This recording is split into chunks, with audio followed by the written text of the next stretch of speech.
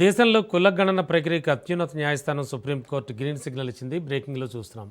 జనగణనలో కులాల లెక్కింపును వ్యతిరేకిస్తూ దాఖలైన పిటిషన్లను చీఫ్ జస్టిస్ సూర్యకాంత్ నేతృత్వంలోని ధర్మాసనం పూర్తిగా కొట్టివేసింది. సంక్షేమ పథకాల సమర్థవంతమైన అమలుకు కులగణన తప్పనిసరని ఈ సందర్భంగా సుప్రీంకోర్టు స్పష్టం చేసింది. వెనుకబడిన కులాల ఖచ్చితమైన జనాభా తెలిసినప్పుడే సమాజంలో సమగ్రాభివృద్ధి సాధ్యమవుతుందని కోర్టు అభిప్రాయపడింది. అంతేకాదు, కులగణన అనేది పూర్తిగా ప్రభుత్వ విధానపరమైన నిర్ణయమని, అందులో కోర్టులు జోక్యం ఉండబోదని సీజేఐ సూర్యకాంత్ కీలక వ్యాఖ్యలు చేశారు. సుప్రీం ఇచ్చిన ఈ తాజా తీర్పుతో దేశవ్యాప్తంగా కులగణన జరగడానికి ఉన్న అన్ని న్యాయపరమైన అడ్డంకులు తొలగిపోయాయి.